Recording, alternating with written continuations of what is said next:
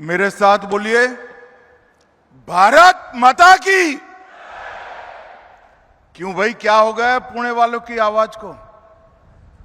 ऐसी आवाज नहीं चलेगी भाई। मेरे साथ दोनों हाथ उठाकर शिवाजी महाराज का जयकारा लगाएंगे। जय जय जय जय जय शिवाजी, जय जय जय जय जय भवानी। मंच पर उपस्थित महाराष्ट्र के लोकप्रिय और यशस्वी मुख्यमंत्री श्रीमान देवेंद्र फडणवीस जी आज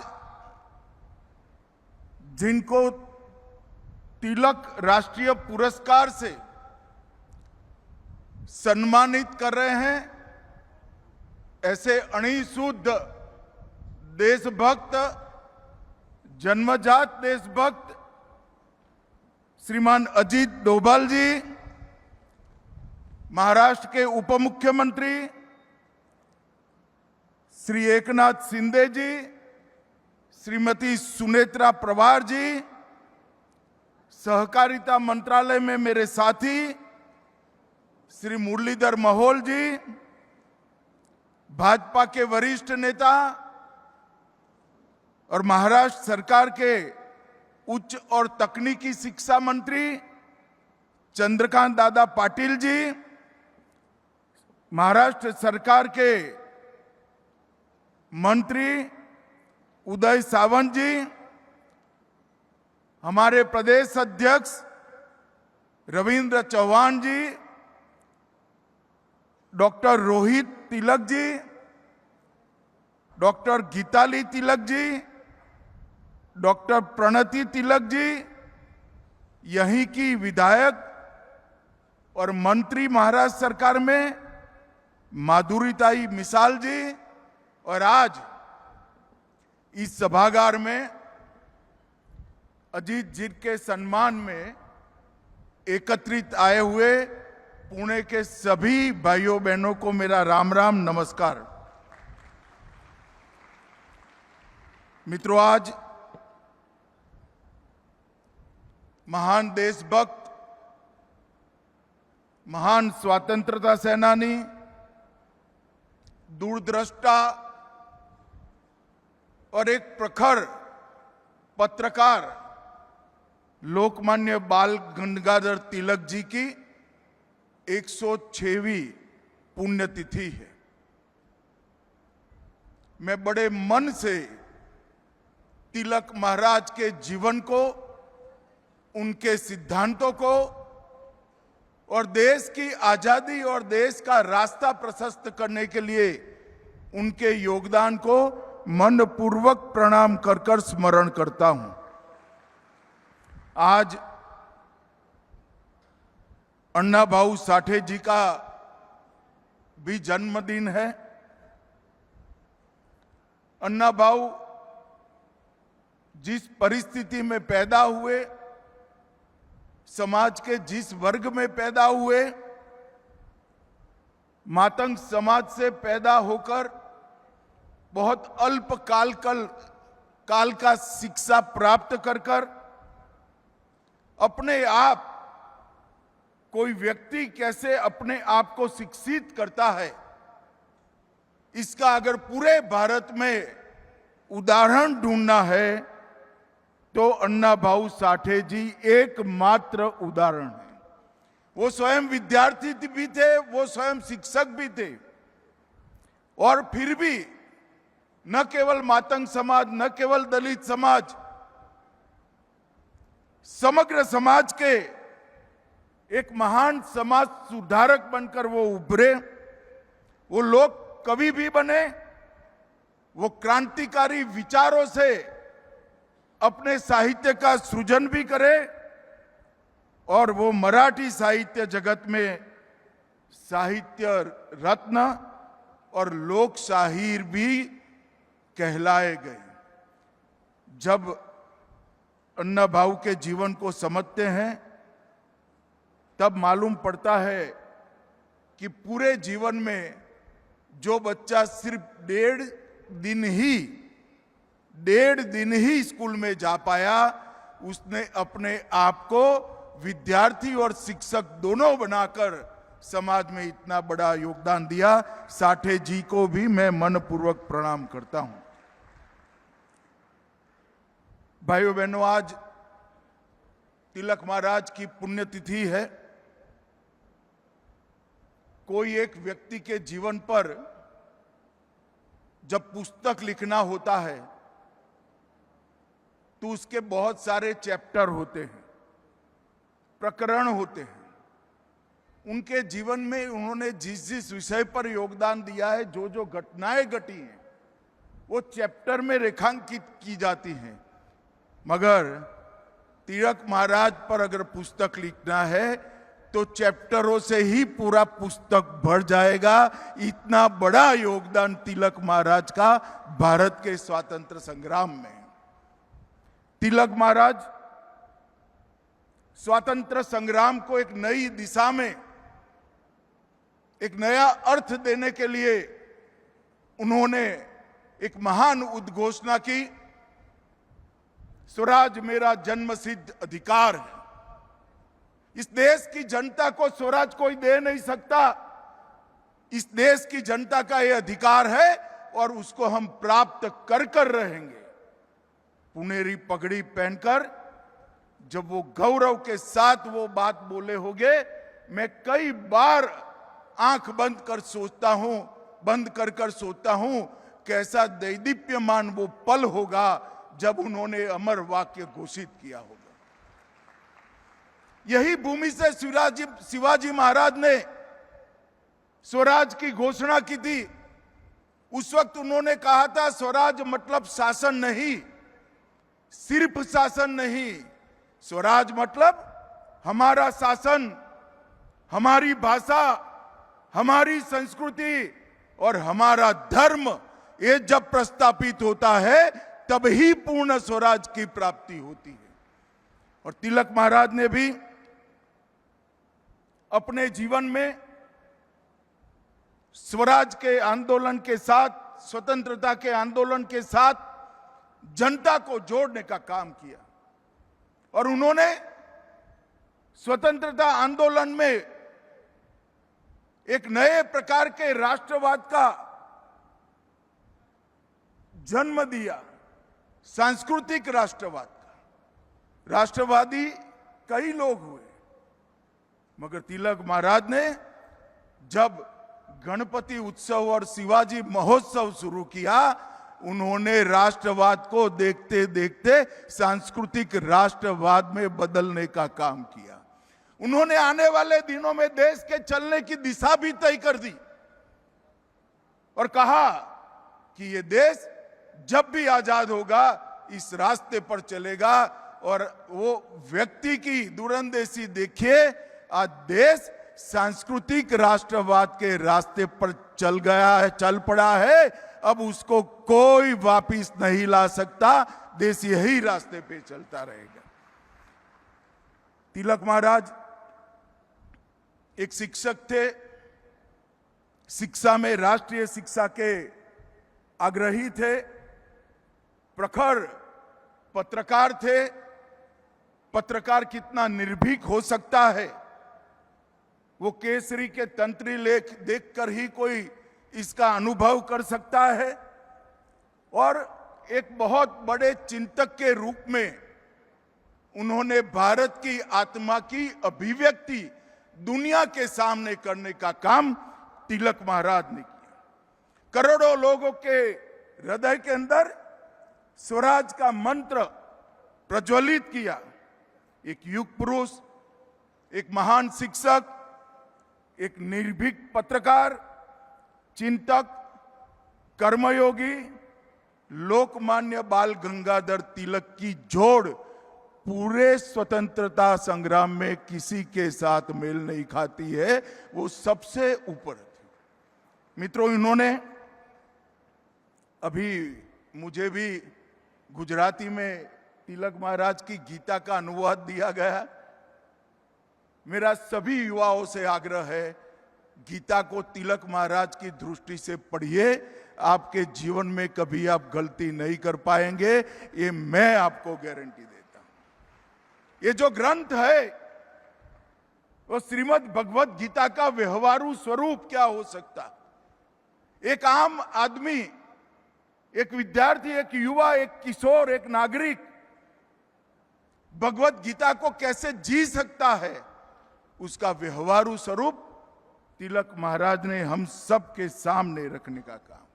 उन्होंने उस जमाने में new English school, Deccan education society और फर्ग्यूसन कॉलेज तक की पूरी शिक्षा की चक्र की व्यवस्था पुणे में करने की व्यवस्था की। और उन्होंने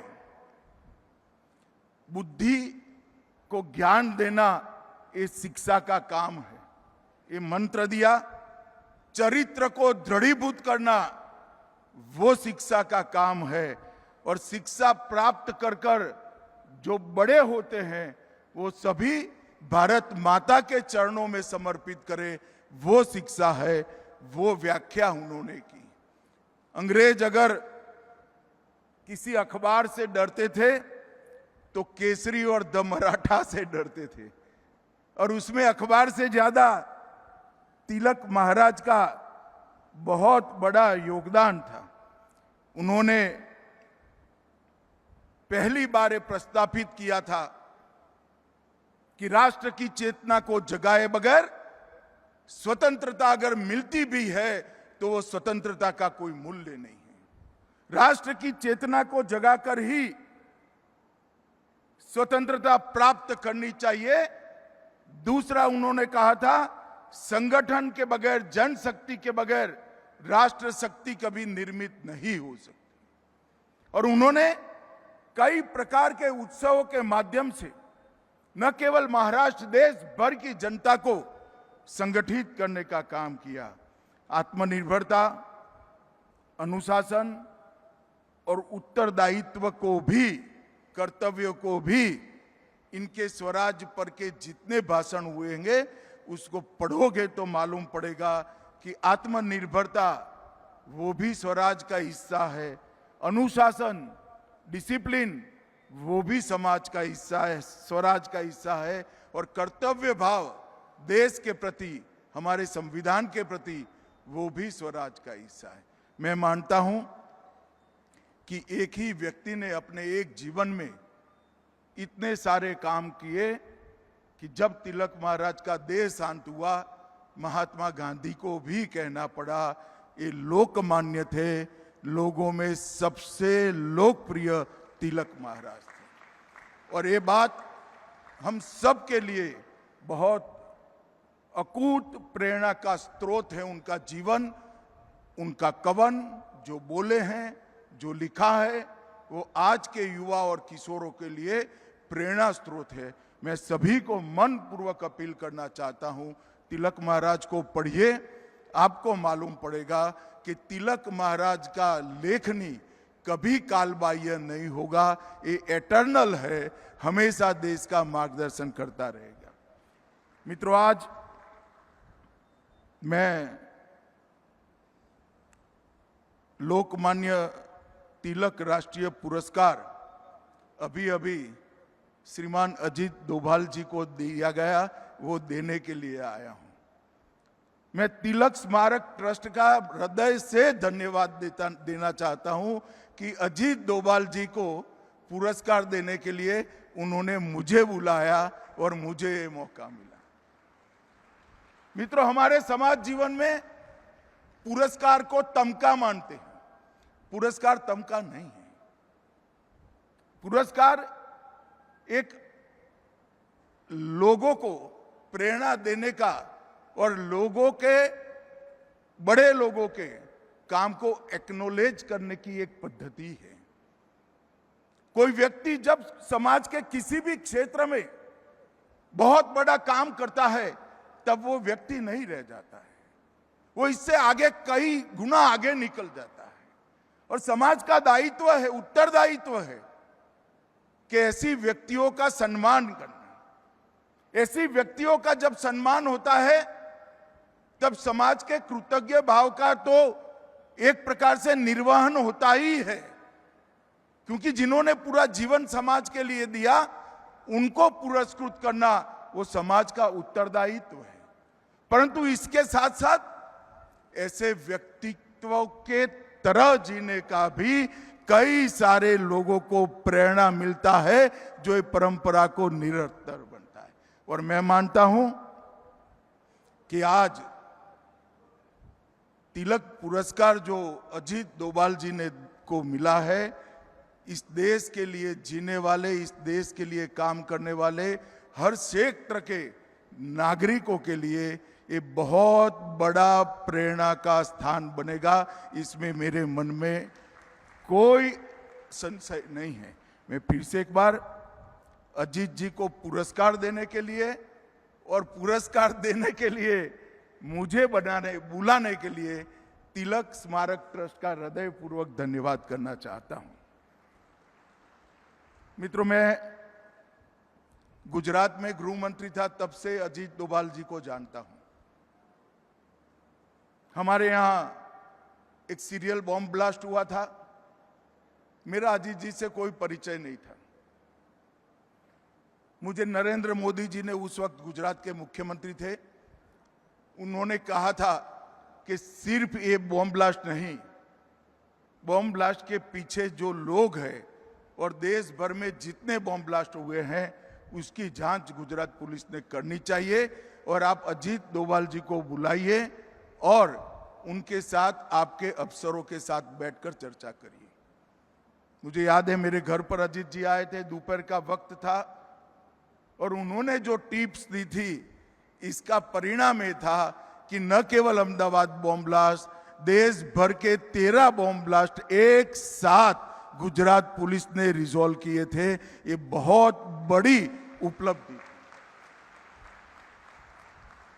जब मोदी जी 2014 में प्रधानमंत्री बने, उन्होंने सबसे पहला अपॉइंटमेंट प्रधानमंत्री के नाते किया था, तो प्रिंसिपल सेक्रेटरी का नहीं किया था, अजीत डोभाल जी के एनएसए के रूप में चयन करने का काम किया। और मोदी जी के कालखंड का जब भी इतिहास लिखा जाएगा, आंतरिक सुरक्षा और बाहरी सुरक्षा की कोई मीमांसा करेगा तो स्पष्ट रूप से अजीत डोभाल जी के लिए उसको एक स्वर्णिम पृष्ठ रिजर्व रखना पड़ेगा, इसमें किसी को संशय नहीं। मोदी जी गुजरात में थे तब से चर्चा करते थे कि इस देश की विदेश नीति में रीढ़ की हड्डी का अभाव दिखाई पड़ता है। जब वो प्रधानमंत्री बने, मैंने पहले पार्टी के अध्यक्ष के रूप में और इनके कैबिनेट के साथी के रूप में बारीकी से देखा है। आज भारत की विदेश नीति रीढ़ की हड्डी वाली विदेश नीति बनी है, इसमें कोई डिनाई नहीं कर सकता। हमने सम्मान के साथ दुनिया में हमारा स्थान मजबूत किया है और मोदी सरकार ने ये जो अचीव किया है उसमें भी अजीत डोभाल जी का बहुत बड़ा योगदान है। मित्रों, एक युवा अधिकारी गढ़वाल से आकर 72 में 68 में आईपीएस बनता है। शुरुआती करियर में ही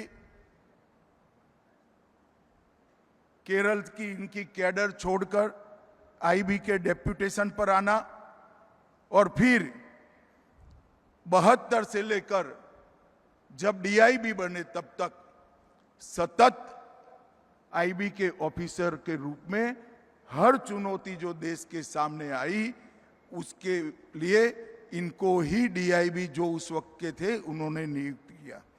पूर्वोत्तर, सिक्किम, जम्मू कश्मीर, पंजाब, पाकिस्तान में रहकर कई जगह पे इन्होंने एक अद्भुत योगदान देने का काम किया है, जिसका चित्रांकन और जिसका मूल्यांकन संभव ही नहीं। क्योंकि आईबी के जो अफसर करते हैं, जो उनकी ड्यूटी निभाते हैं, वो कभी पूर्ण रूप से घोषित नहीं होती। पाकिस्तान में भी अजीत डोभाल जी ने 6 साल तक काम किया और बड़े क्रूशियल समय में काम किया। उसके बाद आईबी में उनको ऑपरेशन विंग में नियुक्त किया गया और मैं गृह मंत्री के नाते कह सकता हूं, मल्टी एजेंसी सेंटर देश की आंतरिक सुरक्षा की रीढ़ की हड्डी आज बना है। मोदी जी के आने के बाद 19 के बाद हमने उसको पूरी तरह से पुनर्जीवित भी किया है और एक नया अवतार भी आज के समय के रूप में लाए हैं। परंतु मैक के स्थापक अध्यक्ष अगर कोई था तो अजीत डोभाल जी थे। उन्होंने ही मैक की नींव, मजबूत नींव रखने का काम किया। 2004 में डीआईबी बने और डीआईबी बनने के बाद 2005 में वो सेवानिवृत्त हुए। मित्रों, उसके बाद भी विवेकानंद इंटरनेशनल फाउंडेशन के माध्यम से भारत की विदेश नीति, भारत की आंतरिक सुरक्षा और भारत की बाहरी सुरक्षा ये सुनिश्चित करने के लिए लगातार वो अनेक सालों तक काम करेंगे। 2005 से 14 का विवेकानंद इंटरनेशनल फाउंडेशन के अध्यक्ष के रूप में उनका कार्यकाल और वहां पर जो चिंताएं की गई, चर्चाएं की गई, जो निष्कर्ष पर पहुंचा गया, वो निष्कर्ष सारा रिजोल्यूशन में और किताबों में बंद था।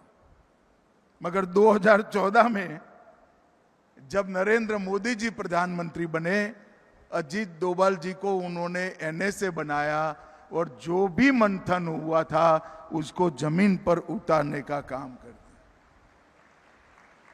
अजीत डोभाल जी को हम एनएसए के रूप में जानते हैं, मगर हम नहीं जानते क्योंकि ऐसी चीजों का प्रचार नहीं होता है। मगर आज मौका भी है, दस्तूर भी है। अजीत डोभाल जी देश के सबसे लंबे कार्यकाल तक एनएसए रहने का सम्मान भी श्री अजीत डोभाल को जाता है। और उन्होंने अनेक दृष्टि से भारत की सेना को आधुनिक बनाना, समसामयिक परिवर्तन करना, सेना के अंदर टेक्नोलॉजी और वीरता दोनों का एक अद्भुत फाइन ट्यूनिंग करना, कई प्रकार के बड़े फैसले अजीत जी के कार्यकाल में नरेंद्र मोदी जी ने लिए हैं।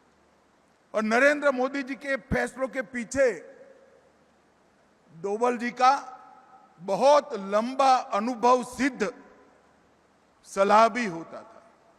और बहुत, मैं एक वाक्य में भी कहना चाहता हूं, हमारी सेना की सुरक्षा क्षमता और आक्रामक क्षमता को आमूल चूर परिवर्तित करने का काम ये 12 साल में नरेंद्र मोदी जी ने किया है और इसमें डोभाल साहब का बहुत बड़ा योगदान है। इसलिए जब मुझे ट्रस्ट का फोन आया कि श्री अजीत डोभाल जी को हमारी कमेटी ने इस वर्ष के तिलक पुरस्कार के लिए चयन किया है, अगर आप आ सकते हैं तो हमें अच्छा लगेगा। मैं कहूँ आपको तो अच्छा लगेगा नहीं लगेगा मुझे मालूम नहीं है, मगर डोभाल साहब को पुरस्कार देते हुए मुझे बहुत अच्छा लगेगा, मैं जरूर आऊंगा। और मित्रों, आज हमने इस सभागार में बैठकर तिलक महाराज की भूमि पर, शिवाजी महाराज की भूमि पर, पेशवाओं की भूमि पर हमने एक बहुत स्तुत्य काम किया है। एक अणिशुद्ध देशभक्त, एक जन्मजात देशभक्त का सम्मान करने का मैं ईश्वर को प्रार्थना करता हूं और देश भर के कई लोग करते हैं कि अजीत डोभाल जी शतायु हो और लंबे समय पर तक पूर्ण स्वास्थ्य के साथ अपना योगदान देश की सुरक्षा के लिए देते रहे। और मैं फिर से एक बार तिलक स्मारक ट्रस्ट को भी बहुत बहुत धन्यवाद करना चाहता हूं कि इन्होंने एक बहुत स्तुत्य काम किया है कि अजीत डोभाल जी को महान तिलक स्मारक से अवार्ड से आपने पुरस्कृत किया है। इसके लिए हम सब आपका धन्यवाद करते हैं। मेरी बात यहीं समाप्त करता हूं। वंदे मातरम। मी साम टीव्हीच पाहते, तिथल्या बातम्या मला रिलेट करतात.